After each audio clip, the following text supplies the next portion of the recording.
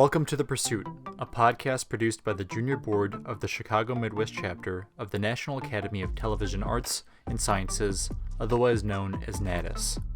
We're a group of emerging media professionals seeking insight from leaders in our fields. I'm Anthony Landahl. I'm a content producer with Nexstar Media in Chicago, and I am also your host for this episode. Our guest today is a host, producer, and the Vice President of Content for WTTW, Geoffrey Baer. He's hosted many programs, including the 10 That Changed America series, which highlights architecture and engineering feats throughout the country. And in spite of the pandemic, he hosted the Chicago Quiz Show, featuring remote contestants. He's a man of many experiences in television and creativity, and is a master of engaging audiences with his wealth of knowledge and hosting ability. So without further ado, I give you Geoffrey Baer.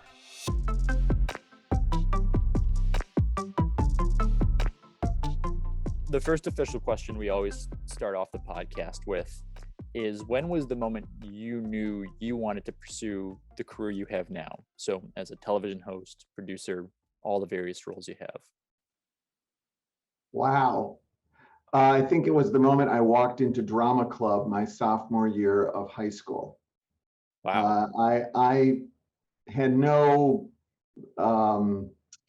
real sense of myself, really. I mean, I was floating around trying to fit in with different groups. As a kid, I was kind of small and I was bullied and I wasn't very athletic. And I tried out for all the sports and quit after one day, except for being the equipment manager for the baseball team my freshman year in high school, which was one of the worst experiences of my life. And I ended up quitting a day before the season ended. And the coach said, but don't you want your letter? And to me, it was like the most preposterous. I mean, I had suffered so much abuse from all these players, gathering up the bats and balls and gloves at the end of the, game and stuff. And like the idea that I would care at all about a letter was almost comical to me if I had had the ability to see it as comedy back then. Anyway, and I walked into drama club and it was like, they were so welcoming and they were excited to have a new person there. And they said, hey, watch that guy up on stage. I said, I don't know anything about this. What do I do? They said, there was a guy on stage rehearsing a scene. They said, just watch him. He's good. That guy ended up being my best man at my wedding, like 40 years later. So, in high school, I went to Deerfield High School in the 70s, and it had a phenomenal theater program, just phenomenal. And for whatever reason, this gang of kids who became my best friends in high school became lifelong friends, and most of us ended up in show business. We were doing like sketch comedy, political satire sketch comedy in high school, and really it was like life-changing. That was theater. And I would say that I didn't really know what to do with that in terms of a career. Over the years, I've come to say, I don't remember if it's really true or not, that I thought theater wasn't necessarily a really viable career for me. And I guess the other piece of this, if you're asking when it was the moment, is that I was always interested in the behind the scenes of like how you make a play, how you make a film, a TV show.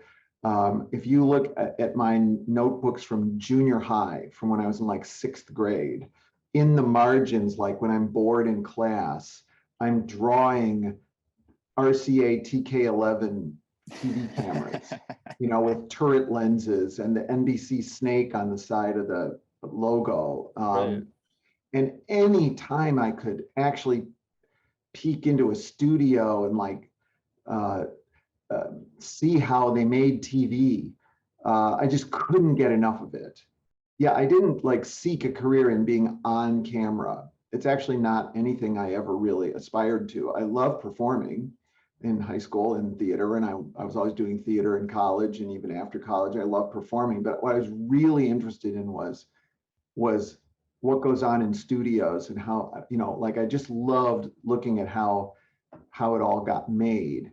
My senior year of high school, one of my theater friends was invited to sing on a Sunday morning religious show on Channel 2, CBS, WBBM. And I was like, can I go down with you?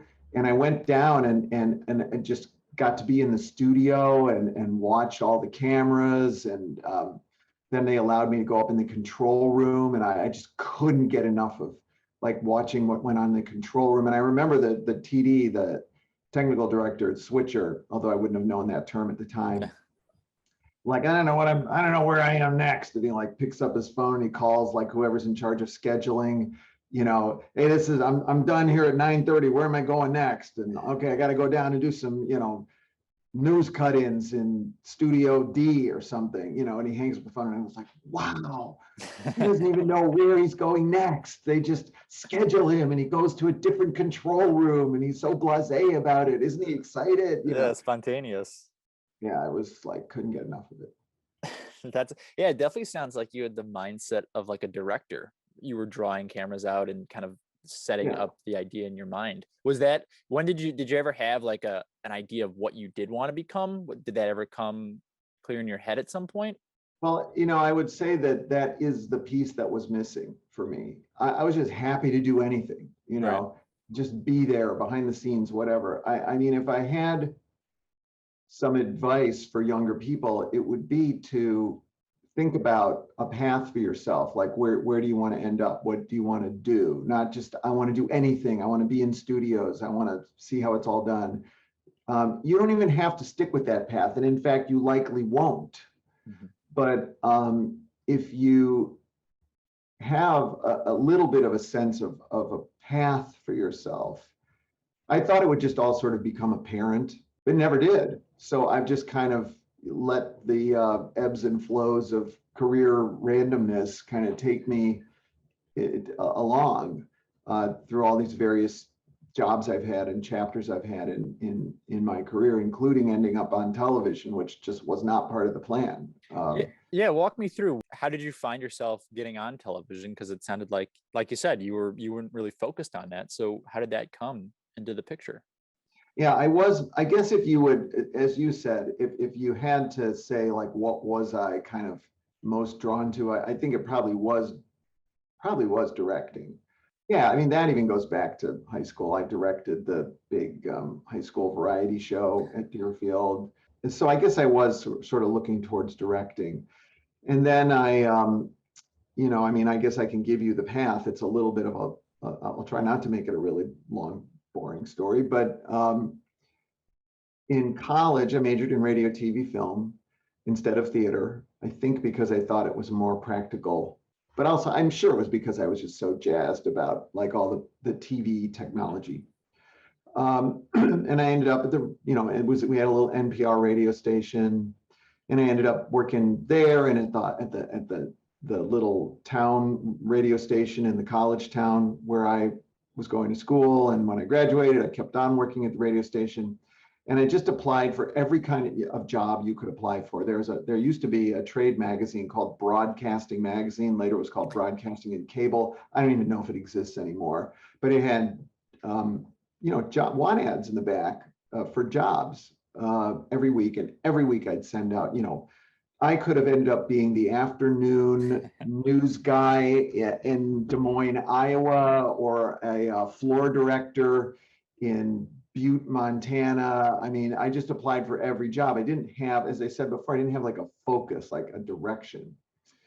And I just, I think it does happen kind of for me randomly, but I ended up getting this job, unbelievably great job at I think at the time it was the ABC affiliate in Cincinnati, Ohio. They wanted some kid to make all their commercials. And so I was hired by the sales department.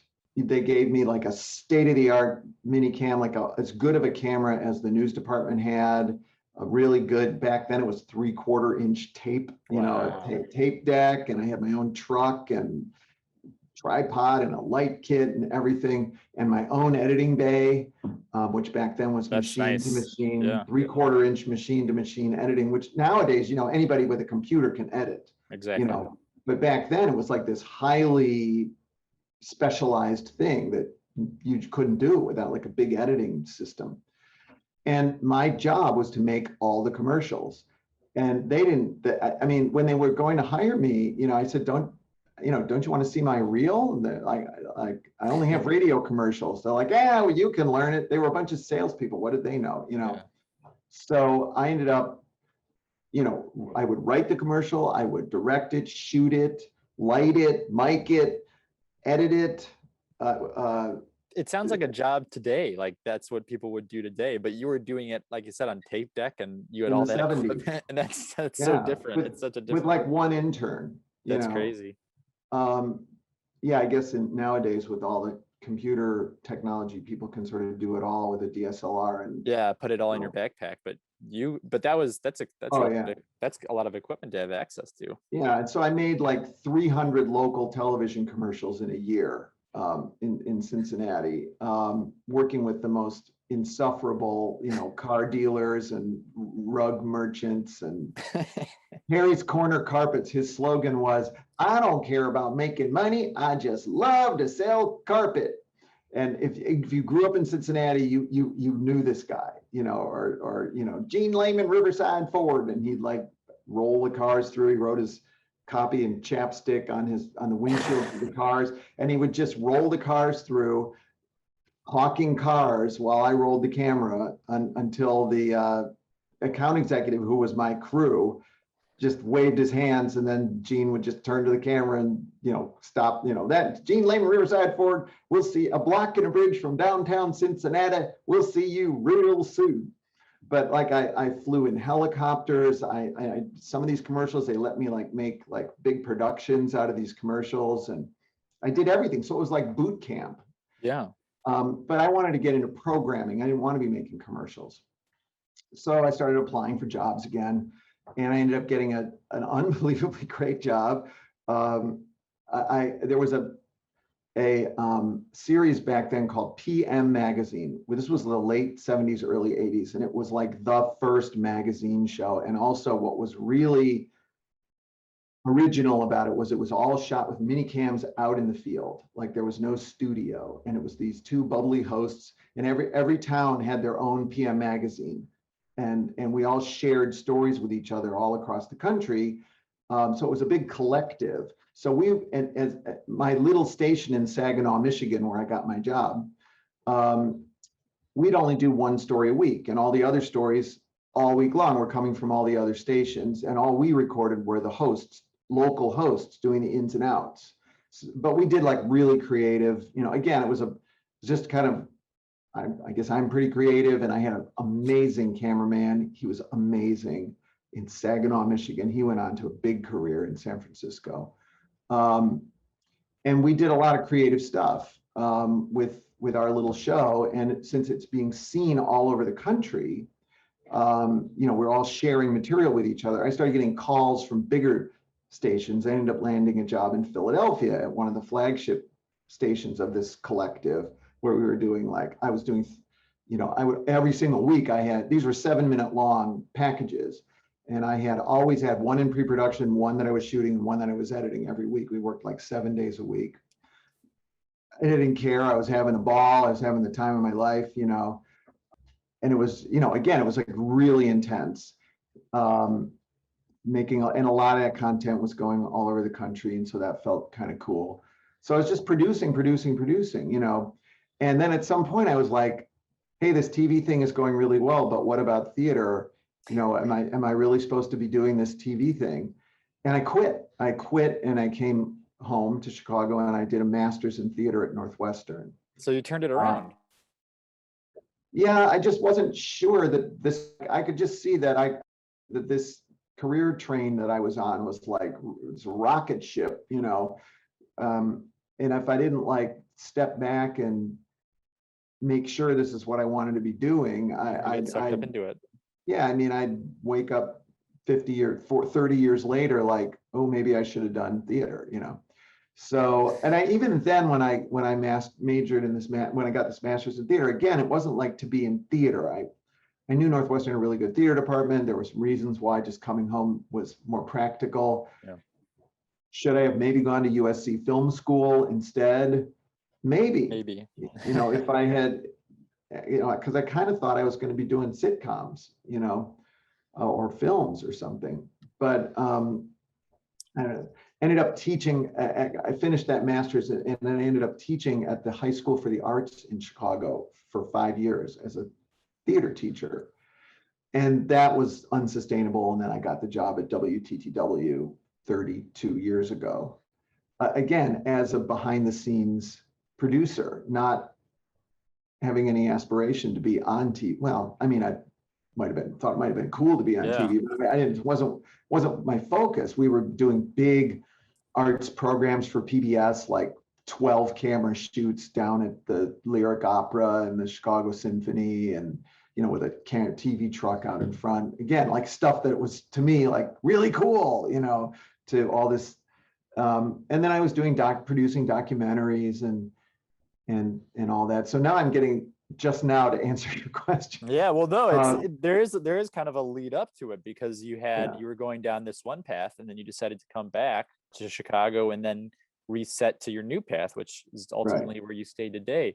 There are a lot of maybes in life. Maybe I'll do this. Maybe I'll go to, you know, this school. This is the pursuit. You know, this is what led up to that career you had now. But WTTW, how did it form into what you've built today? For a long time, I was just, I guess 6 or 7 years, I was producing or associate producing these big arts programs for PBS, and also writing and producing documentaries. And actually an art series too, called Art Beat Chicago, a weekly series. But the other thing that was going on at this time, which actually started when I was a teacher, was I had become a volunteer tour guide or docent for the Chicago Architecture Foundation. And so in parallel with this, I was also giving all these architecture tours. And the most famous one that we have in Chicago is the river tour. So I do a lot of those river tours. And one day I had finished one of my river tours. This is a totally volunteer thing. It's not your job, it's volunteer.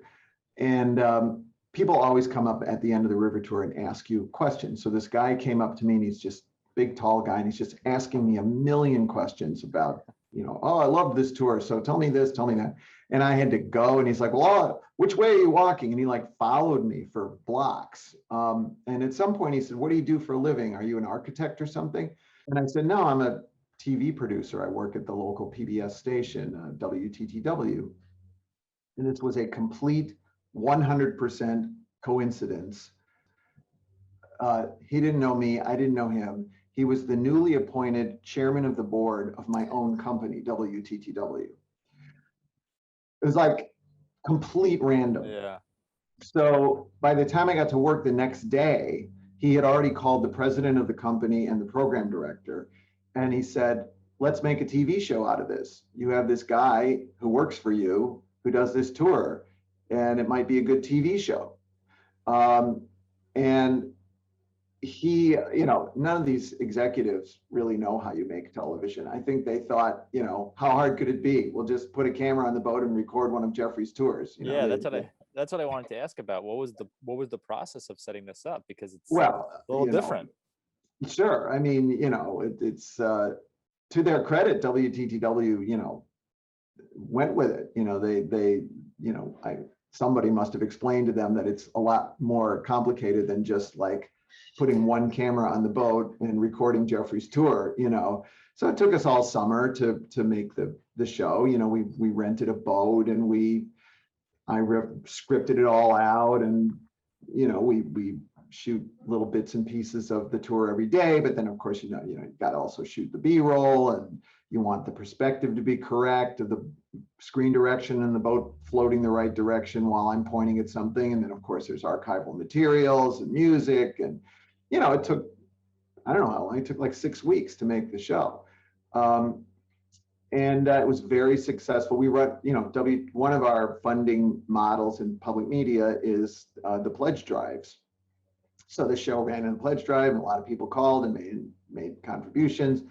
So they said, hey, let's do another one. So, now 25, that was 1995. So whatever that long ago that is, 26 years ago, we've made, I don't know how many of these shows we've made. Yeah. But so, I did the Loop walking tour, and then I did the lakefront, and then we got our own L train and went all over Chicago and did the L tour. And then I sort of made the point that more than half our audience is in the suburbs. So we did all these suburban tours, north, northwest, west, southwest, south, Fox River Valley, and they're all, there's fascinating history in all of those places. Being a city snob, I had this sense of like, well, what is there to do in the suburbs, right? But every suburb has interesting stories.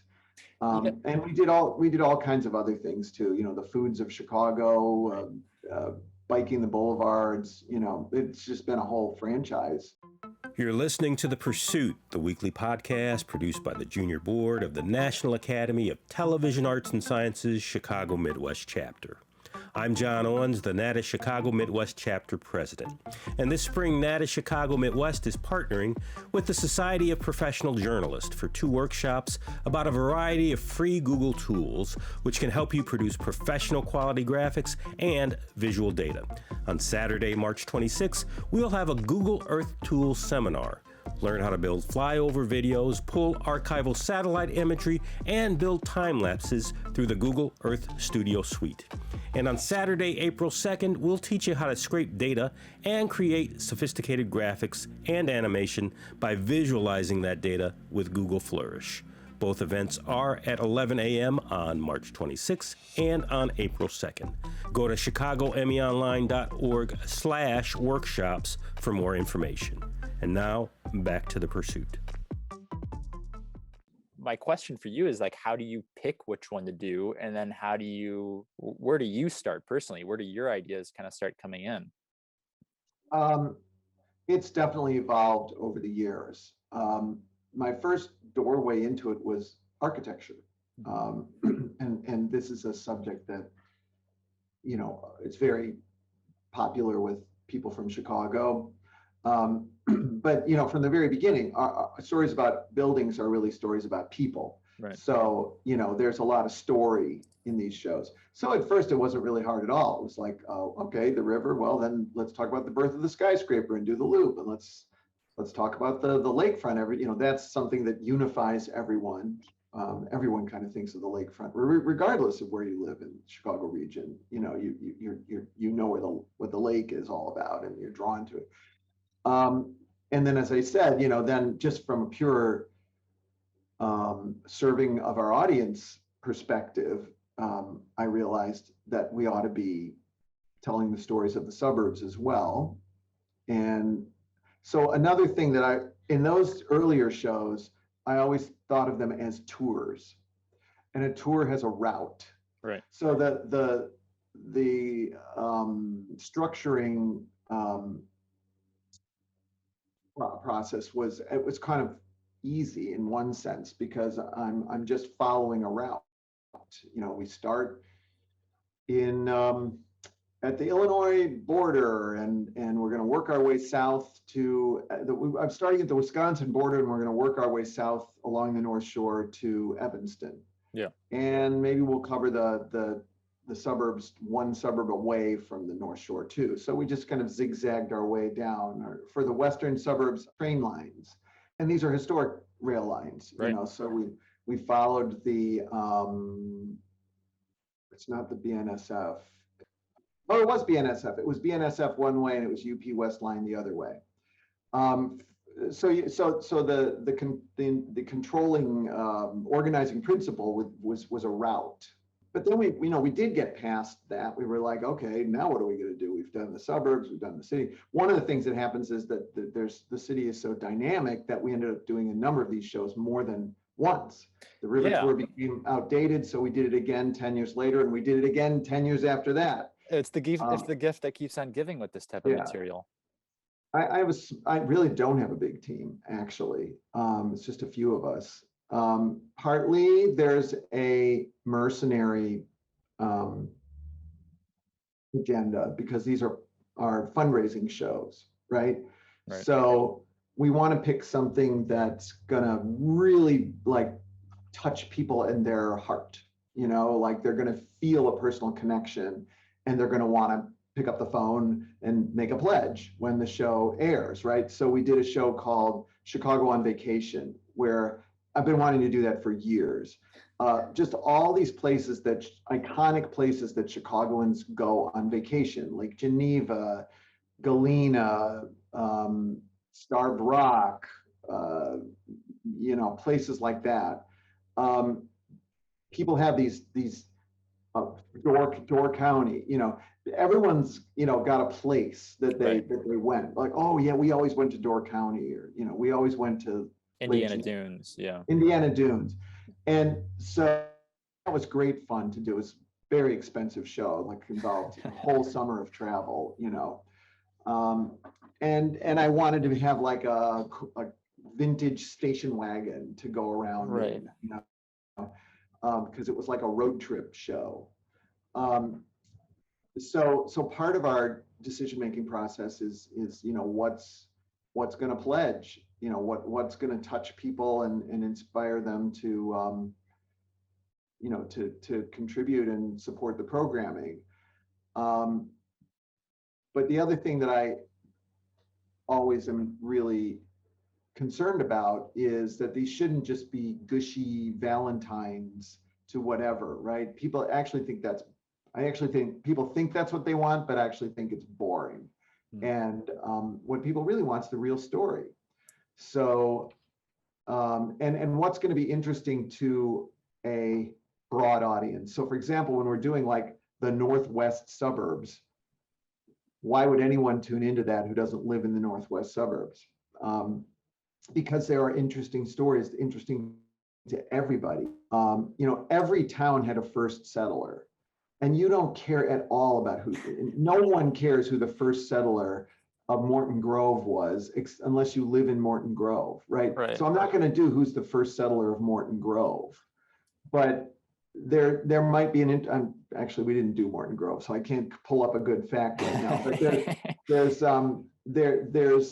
there are going to be stories in every suburb that will have broader appeal. So I guess, I don't know, we more recently, we have been a little more systematic about meeting together to talk about, what should the next show be. I will also say that the pandemic has made this doubly challenging and sort of interesting. And so for the last 2 years, the show, which we're finishing it right now, has been above Chicago. We did Chicago from the Air last year. Oh. And this year we're doing Beyond Chicago from the Air. Because that's something you can do during a pandemic. Right. The ultimate social distancing is flying in a drone. So we've done that. Also, the quiz show idea came up during the pandemic because I'm in the studio on a green screen, but all the contestants are via Skype. Actually, it's a new technology we're using this year called TVU, but it's like Zoom or Skype. So that's something we can do during a pandemic. And I've always loved trivia too. I think it's fun. It's the thing about TV is it's a one-way medium. So when you're doing a trivia show, it becomes interactive. People at home are trying to guess the answer before the contestant does, Right. And it connects them a little more with the content. Working in public media, how does that influence your decision-making and producing? Because I feel like maybe some students my age aren't completely aware of what it's like to work in public media. Yes. I don't want to give the impression that the only agenda or even the most important agenda is fundraising. Right. It happens to be that those particular shows that I've specifically talked about have a double purpose, which is to fulfill our mission, but also to be fundraising programs. But I am deeply proud of the fact that I landed in, as I said at the beginning, I didn't really have a plan, right, in my career, but I feel very lucky that where I landed was public media, because, and it's just become more and more and more important as our whole media landscape has degenerated into politicized media. Public media is not a commercial enterprise. It's a mission-driven enterprise. And we are fierce about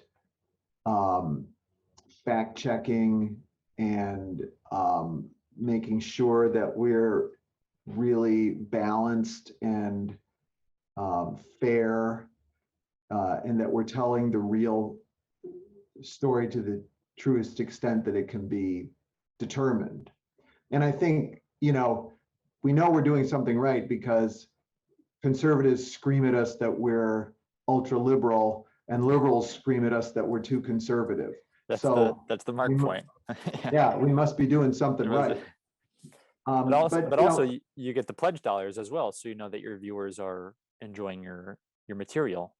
Yeah, I mean, viewers, the all public media has the same dilemma, which is that less than 10% of the audience actually contributes. Mm-hmm. And 50% of our funding or more comes from people contributing. Right.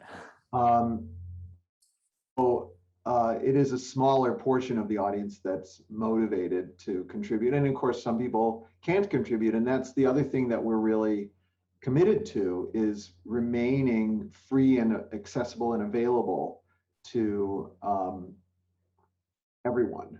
If all you need is an antenna, you don't have to pay for a cable subscription. You don't have to pay for streaming. You can, even the streaming service for PBS, part of it's behind a paywall, but much of it is free and open and accessible to everybody. And I just think there's, when I consider, I really don't want to sound like I'm like dissing other media, but I guess this will sound like that. I mean, when I look at, if I had stayed in Philadelphia, and I look at the careers that the people went on to who were doing what I was doing before I quit in Philadelphia. And, a lot of them ended up successful in making a lot of money, but doing like the cheesiest kind of sensationalistic trash TV, I mean, just what's it contributing to society? Just like, gossip. And, there's an audience for that. There's a big audience for that, and there's money to be made. But I think media has such an important role in our democracy, and it's the only hope, and it's been so compromised in recent years that I think it's just so important, it's so important in public media for us to remain free and independent, and free of bias. In a for-profit world, there are these profit pressures that inevitably make it difficult to keep that bright line. Well, one thing I noticed with all the credits you've turned out is that you push out a lot, and they seem to have this trust with you. I don't know, is working with WTTW, it seems like a very smooth process from the outside. I don't know if you can give any details about development. It's not smooth, it's hard. I mean, one of the things that anyone will tell you in public media is that we have a real struggle with resources. We just don't have the resources of commercial media. Now, again, the other thing is that media is changing so much, right? Like, so much of media now is digital. Right. And in the digital world, I mean, what is the business model? Everyone's trying to figure that out, and you'll have, we have the world of MMJs now, and people just, who shoot, write, edit, What you did, yeah. Yeah, and part of that is, companies trying to squeeze more profit out of shrinking newsrooms, so it's not unique to us, but we have a very small staff and limited resources. So For example, we're doing a ton of production this year, but we kind of decided to really ramp it up this year. So we're doing 9-hour-long documentaries about Chicago history, with, mostly freelancers, an army of freelancers, but each one of those documentaries really only has about 4 people on its staff, maybe 3. But they're beautifully done. Yeah. It's a series called Chicago Stories. We did one about the Great Chicago Fire. I don't host them. I just run the department, but one about the Great Chicago Fire, one about Ida B. Wells. We just did one about the birth of improv theater in Chicago. For the limited resources you have, you still turn out like a great product. Thank you. And it's always, I watched this is an older one, but your Chicago food documentary. There's something about it, and it's not anything special, but it just makes me hungry every time I watch it. Absolutely. Yeah, and that's a very gifted producer named Dan Protest who produced that. And he's also the executive producer of this documentary series I just mentioned. So I guess what would be your guidance about trying to turn out a good product with what little you have? It has been a real challenge for us. One of the things that we talk about is it puts a huge amount of burden on the producer, him or herself.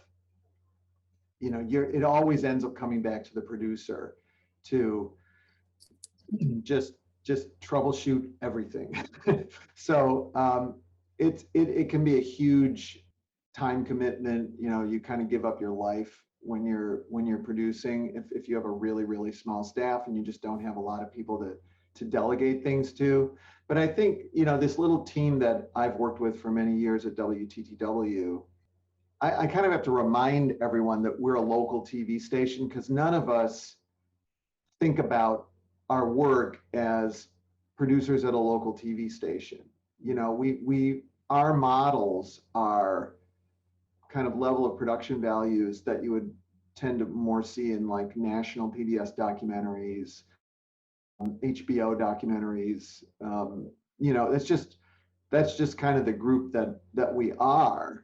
And we find ways to make sure that we channel resources into making sure we have the production values that we aspire to. Some of that involves freelancers that we bring in, both as producers and as shooters, lighting people, editors, and kind of handpicking the right people within our organization to, like who's going to shoot this documentary. And there'll be a certain shooter on our staff who we think is just, got the right aesthetic, and we'll make sure that they don't just assign us anybody who happens to be available. We want this one guy, and we want him for the entire 6 weeks or whatever it is that we're shooting.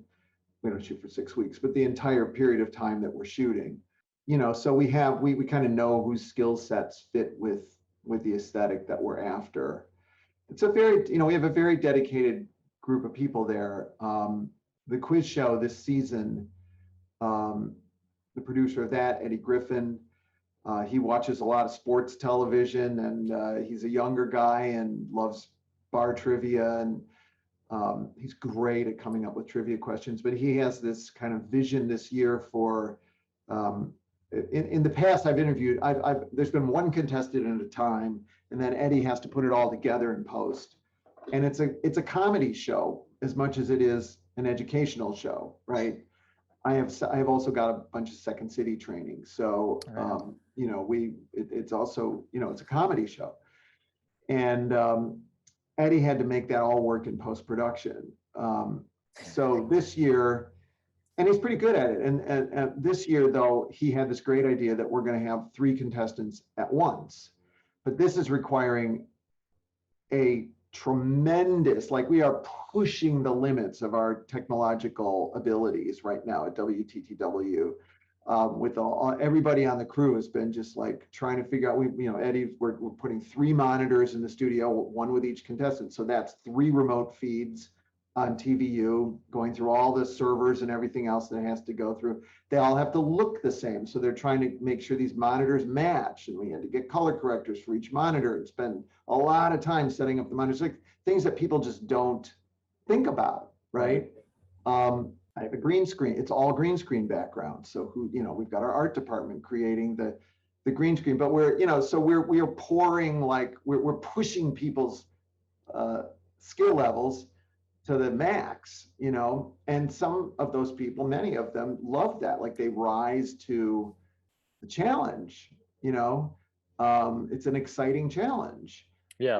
If you kind of get the right people in there. But again, it's like Eddie, the producer, who's being very intentional about what it is that he wants, in terms of the aesthetic and pushing the limits of what we can do to get that aesthetic to what we want it to be. When it comes to producing and hosting, what would be your golden rule? Wow. That's one of those kind of questions people often ask me, like, what's the most surprising thing you ever learned on one of your shows? And I always find those questions so hard to answer. What is my golden rule? It's very intuitive with me. It's kind of the same way that I've operated as a tour guide, which is that it has to do with, I don't know if I have like a nugget that I could say, but it has to do with connecting with the audience. Don't ever lose sight of the audience. TV's a very one-way medium, and it's easy to forget that you need to engage the audience in an interactive way. I try to, in all of my work, I try to get I'm trying to tell the real story, however you would define that. I'm trying to tell the real story, but I'm always trying to think about like a little mischief or a little twinkle of the eye in the way I'm telling it, a little delight. I find that when I do periodically, sometimes regularly, I do these bits on Chicago Tonight. When I'm rewriting the scripts that I get from the producers, I'm always trying to sort of continually hook the audience. And I don't mean that I'm underestimating their attention span or talking, it's certainly not in any way talking down to the audience. I just feel like it's my job to keep them delighted and fascinated and satisfying their curiosity and not laying out a bunch of facts. And I guess the other thing would be for advice for myself. Traditionally, the word would be television, but nowadays it would be video, is that the pictures tell as much of the story as the words.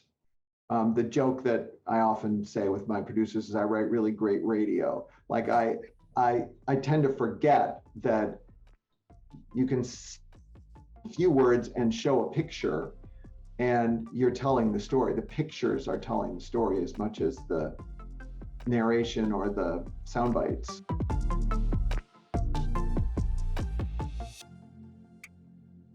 What I take away the most from my conversation with Geoffrey is make sure you highlight and tell the stories about what interests you. That's a big draw for inspiration.